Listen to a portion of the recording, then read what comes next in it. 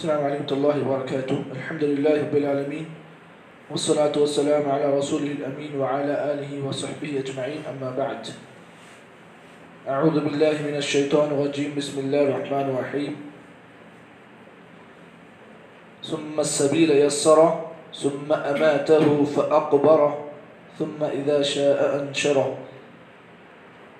محترم بزرگوں، نوجوان بھائیوں، آج آپ کے سامنے سورہ عبس کی 3 آیتوں کی تلاوت کی گئی اور الحمدللہ پہلی رکعت میں فجر کے آپ کے سامنے اسی سورت کی تلاوت کی گئی ہے۔ اللہ رب العالمین نے ان 3 آیتوں میں 3 اہم باتوں کی اللہ نے وضاحت کی۔ پہلی آیت میں اللہ تعالیٰ سورہ عبس کی آیت نمبر 20 اور 21 اور 22، یہ 3 آیتیں آپ کے سامنے پڑھی گئی۔ پہلی آیت میں اللہ نے فرمایا ثم السبیل یسرہ، جب ہم نے انسان کو پیدا کیا، پیدا کرنے کے بعد اس کا سسٹم بنایا، تو اس کے بعد اللہ تعالیٰ فرماتے ہیں ہم نے اس کی رہنمائی کے لیے اس کے لیے دونوں راستوں کو ہم نے بنا دیا۔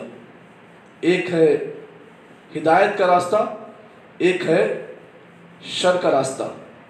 جو انسان ہدایت کے راستے پر چلے گا جنت اسے ملے گی، اور جو انسان شر کے راستے پر جائے گا اسے جہنم ملے گی۔ اللہ رب العالمین نے سورہ انسان، جس کا نام سورۃ الدہر ہے، جمعہ کے دن جو دوسری رکعت میں ہم لوگ جس سورت کی تلاوت کرتے ہیں، سورہ دہر، اللہ نے فرمایا اِنَّا هَدَيْنَاهُ السَّبِيلَ اِمَّا شَاكِرٌ وَإِمَّا كَفُورًا۔ ہم نے انسان کے راستے کی رہنمائی کر دی ہے، انسان کو بتا دیا دیکھ یہ سیدھا راستہ ہے، یہ تیرا راستہ ہے، اِمَّا شَاكِرٌ وَإِمَّا كَفُورًا۔ اگر تو اس راستے پر چلے گا تو شکر گزار بن جائے گا، وَإِمَّا كَفُورًا، اگر تو اس راستے پر جائے گا تو ناشکرہ بن جائے گا۔ چلیے اس کی وضاحت ہم اللہ کے نبی کی حدیث سے کرتے ہیں۔ راوی حدیث حضرت عبداللہ بن مسعود رضی اللہ تعالیٰ عنہ فرماتے ہیں قَطَّعَنَا رسول اللہ صلی اللہ علیہ وسلم قُطُوطًا۔ ایک مرتبہ اللہ کے نبی ہمارے درمیان موجود تھے، آپ نے ہمارے درمیان کچھ راستے آپ نے کھینچے۔ قطوطہ کہتے ہیں عربی زبان، قط کہتے ہیں لکیر کو۔ تو آپ صلی اللہ علیہ وسلم کے ہاتھ میں ایک لکڑی تھی اور آپ نے ہمارے درمیان میں کچھ راستے کھینچے۔ خط قطعین عن یمینی، آپ نے اپنے دائیں جانب جو ہے 2 لکیریں کھینچی۔ وقط خطوطا عن شمالی، اللہ کے نبی نے اپنے لیفٹ سائڈ پر کچھ لکیریں کھینچی۔ اس کے بعد اللہ کے نبی نے اپنے بالکل سیدھی طرف آپ نے ایک راستہ کھینچا۔ اس کے بعد اس راستے پر آپ نے اپنی شہادت کی انگلی کو رکھا اور کہا کہ ہذہ سبیل اللہ، یہ اللہ کا راستہ ہے، یہ اللہ کا راستہ ہے۔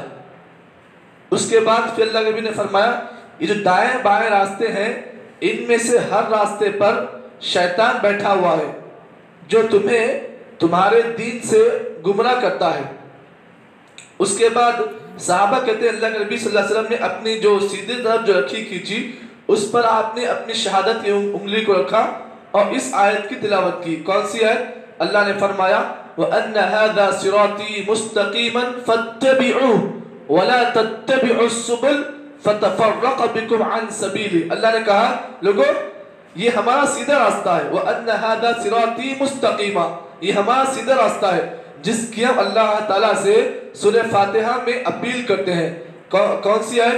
اهْدِنَا الصِّرَاطَ الْمُسْتَقِيمَ صِرَاطَ الَّذِينَ أَنْعَمْتَ عَلَيْهِمْ، اور دوسری آیت پر اللہ سورہ انعام کی آیت میں فرمایا صِرَاطَ الَّذِينَ أَنْعَمْتَ عَلَيْهِمْ مِنَ النَّبِيِّينَ وَالصِّدِّيقِينَ وَالشُّهَدَاءِ وَالصَّالِحِينَ۔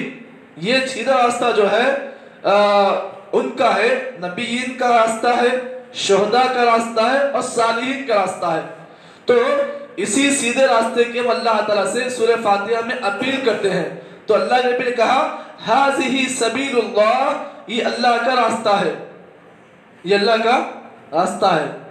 اس کے بعد جو دائیں بائیں راستے آپ نے کھینچے، اللہ نبی نے ان کے بارے میں کہا یہاں پر شیطان بیٹھے ہوئے ہیں جو تمہیں تمہارے دین سے دور کرتے ہیں، تمہیں تمہارے دین سے گمراہ کرتے ہیں۔